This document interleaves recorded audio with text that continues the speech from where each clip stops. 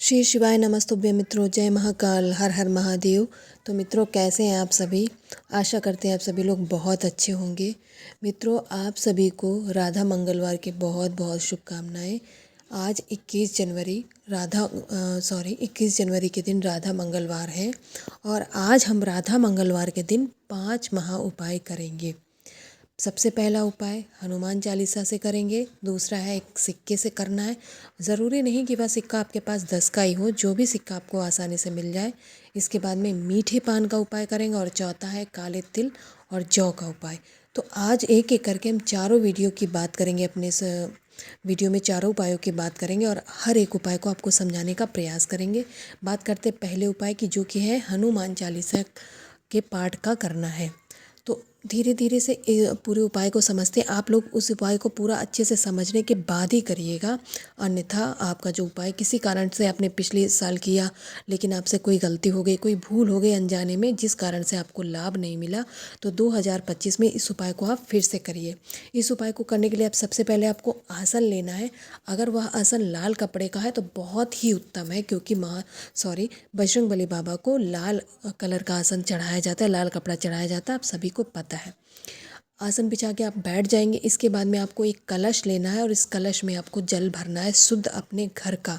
इसके बाद में जो आपने एक सिक्का लिया है, एक सिक्का चाहे 1 का 2 का हो या 5 का 10 का कोई भी, और एक लौंग, इन दोनों को ही आपको इस लोटे के अंदर डाल देना है जो आपने कलश बनाया है, जो कि ये कलश पूरे 11 दिन यहीं पे विराजमान रहेगा। ठीक है। इसके बाद में आपको एक प्लेट से इसे ढक देना है। ढकने के बाद में आपके जो ये तो आपने अपने सीधे तरफ कर लिया, दाएं साइड। आप बाएं साइड आपको अपने क्या करना है, एक दिया जलाना है। ठीक है। गोल बाती का दिया जलाया जाएगा घी का प्रयोग करके। अब हम पाठ करेंगे हनुमान चालीसे का। मैं पहले बता दूं मित्रों, यह जो पाठ है यह 11 दिन लगातार करना है और इसमें विशेष यह है कि जैसे आपने आज 21 तारीख से शुरू किया तो 21 तारीख आपका पहला दिन होगा। ऐसे ही जोड़ के आप 11 दिन जोड़ लीजिएगा जब आपका आखिरी दिन पड़े। ठीक है। और एक दिन में आपको 3 बार हनुमान चालीसा का पाठ करना है। बस याद रखिएगा इस उपाय को कि आपको एक निश्चित समय पे ही करना है। मान लीजिए आपने आज 9 बजे शुरू किया तो कल जब आप करेंगे तो 9 बजे ही करना है। आप समय मत बदलिएगा, एक निश्चित समय पे ही पाठ करिएगा। इसके बाद में सबसे महत्वपूर्ण बात है कि आपको जो कलश आपने बनाया वो कलश आपको रेगुलर नहीं चेंज करना है। मैं फिर से बता रही हूँ, उस कलश का जल आपको बिल्कुल छूना ही नहीं है। वह जल वैसे ही ढका रखा रहेगा। 11वें दिन जब आपका पाठ समाप्त हो जाएगा उसके बाद आपको उस कलश को कुछ नहीं करना, आपको वो दीपक उठाना है। दीपक को आपको पीपल पेड़ के पास में समर्पित कर देना है, रख देना है। सिक्के को उस लोटे से आपको अपने कलश वापस आ जाएंगे पीपल पेड़ से आपको आशीर्वाद लेने के बाद में। फिर जो कलश के अंदर आपने सिक्का डाला उस सिक्के को निकाल के अपनी तिजोरी में अपने पास रख लीजिएगा। अगर किसी बच्चे को नज़र लगी है तो उसे आप पहना भी सकते हैं। इसके बाद जो कलश का जल है, अगर घर से कोई व्यक्ति किसी विशेष कार्य के लिए जा रहा है तो उसे आप आचमन करा कर ही भेजें। यह कलश का जल आपको गंगा जल के समान पवित्र हो चुका है। इस कलश के जल को आपको संभाल के अपने घर में रख लेना है। तो आशा करते हैं आप लोग समझ गए होंगे। तो हनुमान चालीसा का पाठ वाला उपाय ज़रूर करिएगा मित्रों। अब बात करते हैं आज के दूसरे उपाय की, जो कि हम करने वाले एक सिक्के का है। और इससे हमें लाभ क्या होगा, आपके घर में जिसे भी कष्ट है उसका कष्ट दूर हो जाएगा। तो इस उपाय को करने के लिए आपको लेना है मित्रों मौली। किसी किसी के यहाँ इसी मौली को रक्षा सूत्र भी कहा जाता है। बहुत से लोग इसे अन्य अन्य नाम से जानते हैं। कुल मिला के हमें केवल मौली लेना है, वो धागा जो कथा और किसी पूजा पाठ के दौरान जो पंडित जी होते हैं वो हमारे हाथों में बांधते हैं, वही मौली आपको लेना है। एक मौली पूरा लीजिएगा, बहुत ज़्यादा मौली की हमें आवश्यकता नहीं है। आप मौली ले लीजिएगा। इसके बाद में आपको लेना है मित्रों एक सिक्का। सिक्का अगर 1 रुपए का है तो भी कोई दिक्कत नहीं, 2 रुपये, 5 रुपये, 10 रुपये, कोई भी एक सिक्का आप ले लीजिएगा। बस सिक्का होना चाहिए। ठीक है। एक ही सिक्का लेना है, कई सारे नहीं लें, केवल एक सिक्का लेना है।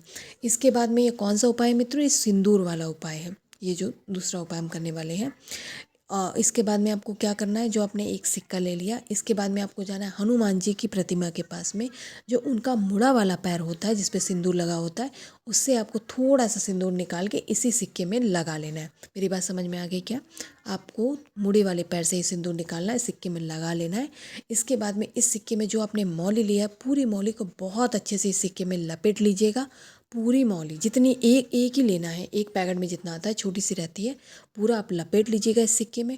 लपेटने के बाद में इस सिक्के को आपको उठाना है।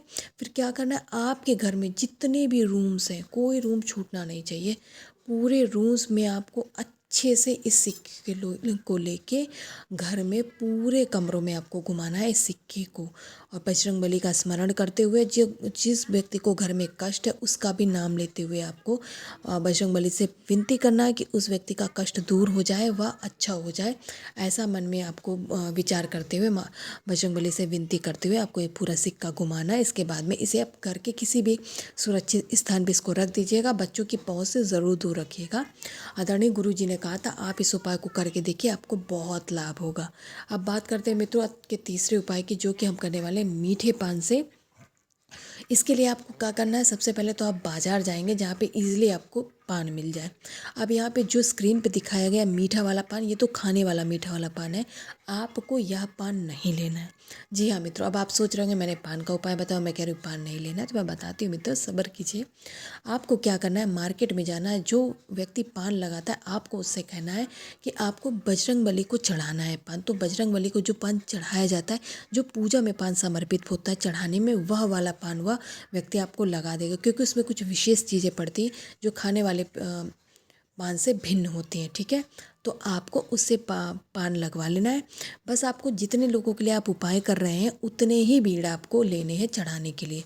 मान लीजिए कि आपके घर में 2 सदस्य हैं तो आप 2 बीड़े लेंगे, अगर 4 है तो 4 लेना है, अगर इससे ज़्यादा तो उतनी ही संख्या में लेने, बहुत ज़्यादा नहीं लेने। और ना ही कि आप 5 लोगों के लिए उपाय कर रहे हैं और केवल आप एक बीड़ा चढ़ा दें, तो ऐसा भी नहीं करना मित्रों। इसलिए पूरे उपाय को बहुत अच्छे से समझ लीजिए कि आखिर आपको करना कैसे, अन्यथा आप गलती करते फिर आपको लाभ नहीं मिलता तो आप लोग परेशान होते हैं, निराश हो जाते हैं, हताश हो जाते हैं, आप उपाय नहीं करते। तो मैं यहाँ पे 2 व्यक्तियों के लिए बता रही, इसलिए मैंने यहाँ पे 2 पान लिए हैं। आप अगर 2 व्यक्तियों के लिए क्या करें तो आप 2 बीड़ा ले लीजिएगा, 2 पान ले लीजिएगा। इसके बाद में जो बजरंगबली की प्रतिमा उनके समक्ष आपको जाना है, ये दोनों ही पान वहाँ पे आपको क्या करना है, समर्पित कर देना है। इसके बाद में आपको अपनी मनोकामना कह के बजरंगबली का आशीष लेके आपको अपने घर पे वापस आ जाना है। ठीक है, तो 3 उपाय की बात कर ली। अब मित्रों हम बात करते हैं चौथे और अंतिम उपाय की, जो कि है काले तिल और जौ से हमें करना है। यह उपाय भी बहुत लाभदायक है, क्योंकि यह उपाय किस लिए है मित्रों, यह जो उपाय है हम बीमारी को नाश करने के लिए, बीमारी को ख़त्म करने वाला उपाय है। इस उपाय को करने के लिए मित्रों आपको क्या करना होगा, पीपल का पत्ते की आवश्यकता पड़ेगी, पीपल के पेड़ के पत्ते की आवश्यकता पड़ेगी। आपको पीपल के पेड़ के पास जाना है।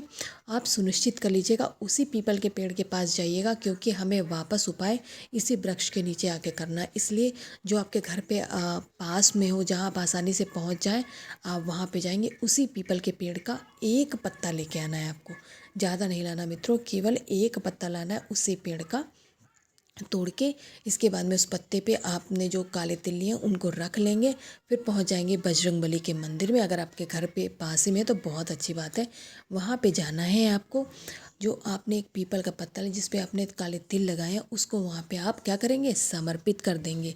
इसके बाद में जो भी बीमार व्यक्ति है उसका क्या करेंगे आप मित्रों, उस बीमार व्यक्ति का आपको नाम लेना है, उसका गोत्र का नाम लेना है, उसको स्मरण करके आपको बजरंगबली से विनती करना है कि ये बजरंगबली, हमारे घर का ये जो इष्ट व्यक्ति है, जो भी है, बच्चा है, पति है, घर के अन्य सदस्य, उसका नाम और गोत्र जरूर बोलिएगा, उसे यह बीमारी है उन्हें वह नाश करे, उन्हें समाप्त करे। ऐसे विनती करने के बाद में आपको आशीष लेने के बाद में उस पत्ते को उठाना है, फिर वापस उसी पेड़ के पास जाना है जिस पेड़ से आपने वह पत्ता तोड़ा था। ठीक है, उसी पेड़ के पास जाएंगे और उसी पेड़ की जड़ में उस जो जिस पे आपने तिल रखे हैं ना, जो जिसको आपने अभी बजरंगबली के पास में विनती की है, उस पत्ते को लेके आना है और पीपल के पेड़ की जड़ में आपको समर्पित कर देना है। और फिर यहाँ पर भी आपको विनती करनी है बजरंगबली से कि जो व्यक्ति बीमार है वह स्वस्थ हो जाए, उसकी बीमारी का नाश हो, बीमारी ख़त्म हो जाए। इतना करके आपको फिर क्या करना है, आशीष लेना है, और आशीष लेके इसके बाद में आप अपने घर पे वापस आ जाएंगे। बहुत ही छोटे छोटे और बहुत ही प्यारे से उपाय हैं, और आप इन उपायों को करने की कोशिश ज़रूर करिएगा। अगर पॉसिबल हो तो चारों के चारों उपाय कीजिएगा मित्रों, आपको लाभ ज़रूर होगा। जाते जाते कमेंट सेक्शन में महादेव जी का प्यारा सा नाम लिख के जाइएगा।